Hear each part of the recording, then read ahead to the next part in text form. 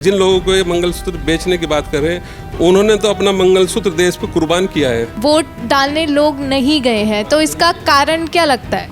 इसका कारण है उनकी बेशर्मी।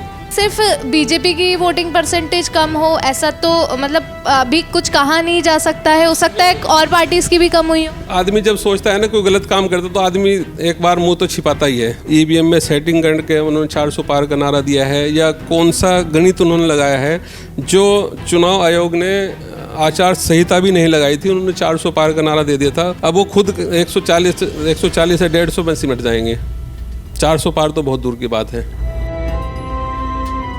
नमस्कार, द न्यूज़ वाला नेटवर्क में आप सभी का स्वागत है और मैं हूं आपके साथ आकांक्षा चौहान। हरिद्वार लोकसभा चुनाव की हमने आपको एक हर छोटी से छोटी चीज़, हर जानकारी हमने आपको बताया शुरू से लेकर आखिर तक, जब तक वोटिंग हुई है और अभी भी रिजल्ट आना बाकी है। तो हमने सोचा कि जो बीजेपी के और कांग्रेस के लीडर्स हैं, नेता हैं, उनसे जान लेते हैं कि वोटिंग तो हो गई है लेकिन स्थिति क्या रही है इस चुनाव की। तो आज हमारे साथ मौजूद हैं मुकेश सैनी जी, जो कि ऑल इंडिया प्रोफेशनल कांग्रेस के कोऑर्डिनेटर हैं। सर, सबसे पहले स्वागत है आपका द न्यूज़ वाला नेटवर्क में। धन्यवाद।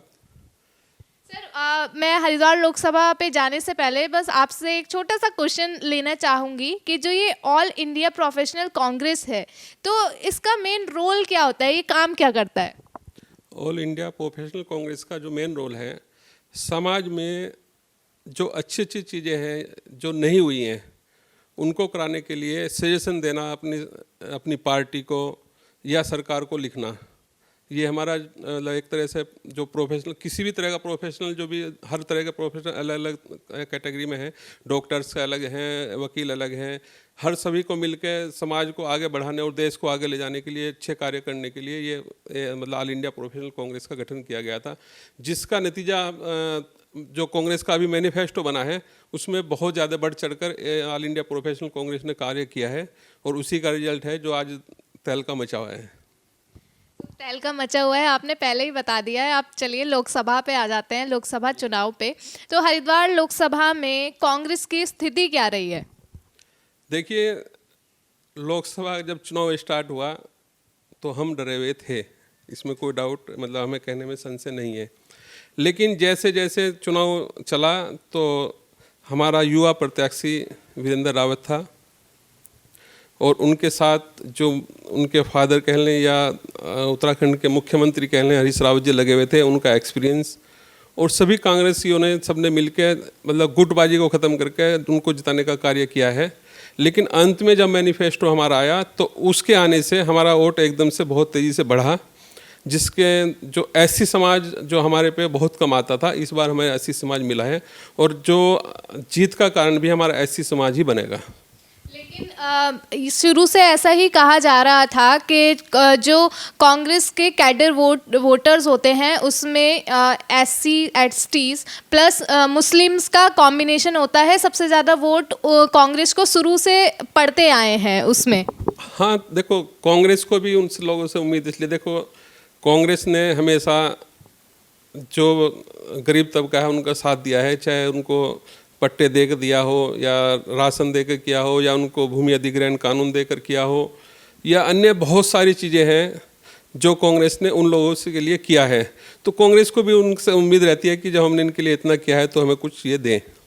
लेकिन बीच में वोट हमारे से थोड़ा छिटक गया था। इस बार हमें मुस्लिम भी पूरा दबा के मिला है और बाद में एससी समाज ने भी हमें बहुत वोट दिया है। इस अलगाव का मतलब कारण क्या रहा होगा आपके अकॉर्डिंगली? देखिए, इसका कारण ये रहा है, देश में जिस तरह संविधान से छेड़छाड़ की जा रही है और संविधान को ख़त्म करने की कोशिश की जा रही है। हमारे देश का संविधान एक ऐसा संविधान है, वर्ल्ड में कहीं ऐसा संविधान नहीं बना है। आप ये देखिए, जीव जंतु से लेकर पेड़ पौधों तक भी उस संविधान के अंदर संरक्षण दिया गया है। ऐसा संविधान कहीं पे नहीं है। उस संविधान को जब ख़त्म करने के लिए ये लोग लगे हैं तो एससी समाज और अंबेडकर जी का जो लिखा हुआ संविधान है, अगर उनका लिखा हुआ संविधान ही नहीं रहेगा तो अंबेडकर जी की कोई निशानी नहीं रहेगी। फिर अंबेडकर जी को कौन याद करेगा? अंबेडकर जी को जो याद किया जाता है संविधान के लिए ही किया जाता है। और ये लोग संविधान में झूठ तोड़ मरोड़, जैसे 370 इन्होंने कहा है, 370 कहाँ हटी है, कहीं लिखा हुआ दिखा दीजिए। 370 इन्होंने इतना बड़ा बाउंड्री बनाया पूरे देश में कि 370 हटा दी, 370 हटा दी। 370 नहीं हटी है, उसमें एक अमेंडमेंट किया है, सिर्फ वहाँ बाहर का आदमी ज़मीन ले सकता है। और कश्मीर में ज़मीन लेने के लिए ही इन्होंने वो अमेंडमेंट हटाया है, जिससे वहाँ पे नीलम के जो पहाड़ हैं वो अपना अडानी और अंबानी को दिए जा सके। दूसरा, जब इन्होंने 370 हटा दी और इतना बहुत बड़ा काम कर दिया, तो ऐसा क्या हुआ, इनका एक भी कैंडिडेट जम्मू कश्मीर में MP का चुनाव क्यों नहीं लड़ रहा है? ये सोचने वाला विषय है। अगर इन्होंने बहुत बड़ा काम किया है तो जम्मू कश्मीर में इनका एक भी कैंडिडेट नहीं लड़ रहा है। तो ये हर चीज़ में झूठ बोलने की जो इन्होंने आदत डाली हुई है, उससे बचने के लिए इनके खुद लोग शर्म के मारे वोट डालने नहीं जा रहे हैं। ऐसा नहीं कि वोट डालने नहीं, लेकिन उनको शर्म लग रही है कि आपने 14 में इनको चुना, फिर 19 में चुना, और फिर हिंदू मुस्लिम सिख ईसाई सब आपस में भेड़ दो, किसानों को भेड़ दो, और महिलाओं के मंगलसूत्र तक ये लोग पहुंच गए। अगर महिलाओं के मंगलसूत्र से क्या मतलब है राजनीति में? और मंगलसूत्र कौन बेच सकता है? जिन लोगों को ये मंगलसूत्र बेचने की बात कर रहे हैं, उन्होंने तो अपना मंगलसूत्र देश पे कुर्बान किया है। सामने इंदिरा गांधी जी हैं, पूरा सोना जब इमरजेंसी थी तो अपना बेच दिया था। उसके बाद सोनिया गांधी जी है, उनका मंगलसूत्र कुर्बान हुआ है देश पे। तो ये लोग अनाप शनाप जो बोल के मुद्दों से भटकाते हैं। अब महंगाई पे बात कीजिए, बेरोजगारी पे बात कीजिए, उस पर बात नहीं करनी है, इनको मुद्दों से भटकाना है। तो लोगों ने परेशान होकर अब यही चुना कि अब कांग्रेस की तरफ लोग आए। वोटिंग परसेंटेज पे भी हम आएंगे, लेकिन उससे पहले पूरे लोकसभा चुनाव में एक बात बहुत ज़्यादा सामने आई कि हर पार्टी, भारतीय जनता पार्टी के लोग, ऐसा कहना था उनका कि जो प्रत्याशी हैं कांग्रेस के वीरेंद्र रावत जी, उनको उनके नाम से कोई नहीं जानता है, सिर्फ पूर्व मुख्यमंत्री हरीश रावत का बेटा, ऐसे कह के उन्हें जानते हैं। नहीं, वीरेंद्र रावत लगातार पिछले 20 वर्षों से तो इसी ऑफिस में आते हुए हो गए उनको, और जब मुख्यमंत्री थे वो तो ज़्यादातर वर्क वो देखते थे।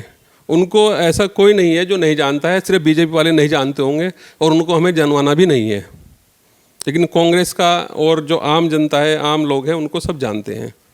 उनके नाम से भी जानते हैं, उनकी शक्ल से भी जानते हैं, उनके काम से पहचानते हैं उनको। ठीक है, सिर्फ वोटिंग परसेंटेज पे आते हैं। अब इस बार ऐसा देखा गया है कि वोटिंग परसेंटेज बहुत डाउन हुआ है, वोट डालने लोग नहीं गए हैं, तो इसका कारण क्या लगता है? इसका कारण है उनकी बेशर्मी। जब हम भारत माता की जय लगा के, हिंदू मुस्लिम करके, और लोगों को डरा कर अपना काम चलाते रहे, आज उन लोगों को दिखने लगा है कि उनके घर में चावल नहीं है, दाल नहीं है, आटा नहीं है, गैस नहीं है, पानी नहीं है, बिजली के देने के लिए बिल के लिए पैसे नहीं है, बेरोजगारी है, बच्चे सड़क पर खड़े हैं, स्कूल की फीस भरने के लिए पैसे नहीं है। तो लेकिन भाजपा का तो ये कहना है कि हम फ्री राशन दे रहे हैं और स्टार्टअप्स जैसे बहुत से ऐसे योजनाएं लेकर आए हैं। हाँ, तो आप रुड़की में मुझे बता दीजिए, डिस्ट्रिक्ट हरिद्वार का आप डाटा निकलवा लीजिए, कितने स्टार्टअप उन्होंने खड़े किए हैं। उत्तराखंड में सबमिट किया है उन्होंने, उद्योगपतियों को बुलाया है, सेमिनार किया है, और लोगों को और युवाओं को बहकाने का काम किया है। उससे एक भी रोजगार यहाँ नहीं मिला है, ना कोई नई कंपनी लगी है, ना कोई नया अस्पताल बना है, ना कोई स्कूल बना है। नया स्टार्टअप क्या खड़ा किया है? कोई भी स्टार्टअप नहीं खड़ा किया है। हाँ, उन्होंने एक काम जरूर किया है, जो पुराने फैक्ट्रियाँ थी या ऑफिस थे, उनको ज़बरदस्ती रजिस्टर्ड कराने का काम किया है। पुराने ही जो ऑलरेडी चल रहे थे उनको ही दिखाकर उन्होंने वही खड़ा किया है, और बाकी फर्जीवाड़े के अलावा कुछ नहीं किया है।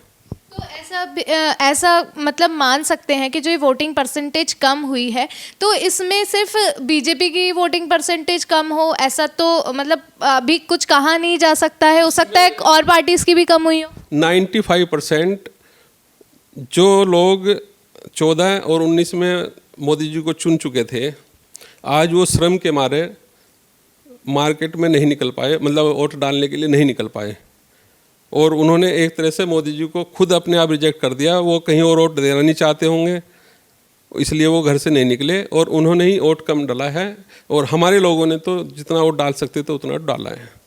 अब आप कह रहे हैं कि कहीं और वोट नहीं देना चाह रहे होंगे, मतलब मोदी जी से परेशान हो गए हैं, बीजेपी से परेशान हो गए हैं, लेकिन और कोई पार्टी उन्हें नज़र नहीं आ रही है कि जो उनसे अच्छा काम कर सके? कांग्रेस भी नहीं?